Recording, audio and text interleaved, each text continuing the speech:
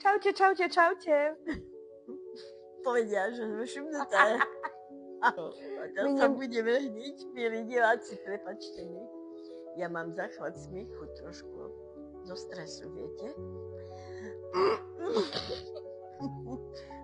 Ahojte, ja som Anetka a toto je... Ahojte, a ja som mamina Anetky. A každý čaká hlavne na toto, kedy to už konečne spustím. A je to tu. 22.2. okolo 18. hodine spustím oficiálne prvý rozhovor v salóne. A presne o tom toto bude. Aj keď sa zakoktám, absolútne to nevadí, máme to o prírodzenosti. A samozrejme, môj prvý hosť musí byť kto iný ako Mamina.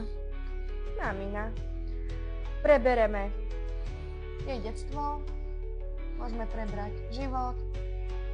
A čo ešte? Čo ešte dovolíš? Prácu. Môj koníček. Koníčky a oslíky a krávičky. Ale to nie. A potom ešte prebereme samozrejme aj tému rodičovstva. Osvojenie. No. Osvojenie. Aj keď mama nechce o tom moc hovoriť, ale... Lebo je to už všetko známe.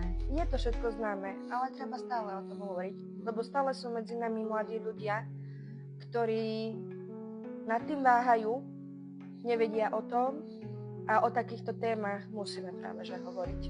A ja budem veľmi rada, keď mamina povie, ako to celé prebiehalo a keď to nebolo ani so mnou ľahké a ani není, aj keď som už dospelá. Tak. Takže treba hovoriť o tejto téme a dúfam, že nás budete sledovať. Budeme vo formou live vysielania na Facebooku a týmto oficiálne spúšťam moje rozhovory v salóne, na ktoré sa neskutočne teším, kde nebude žiadne tabu, žiadna maska a dúfam, že ma v tom vrelo všetci podporíte. Ja hlavne budem poďakovať mamine, že je ochotná byť prvou, lebo bez nej by som to nezačala. Aj keď mi to dalo kopec práce ju presvedčiť. Nebola som veľmi ochotná. Nebola, ale to čo by si pre mňa neurobila? Že? Takže teším sa na vás a verím, že tento projekt niekde posunieme do nejakých neznámych výšin, ale len v dobrých pozitívach. Ahojte. Ahojte.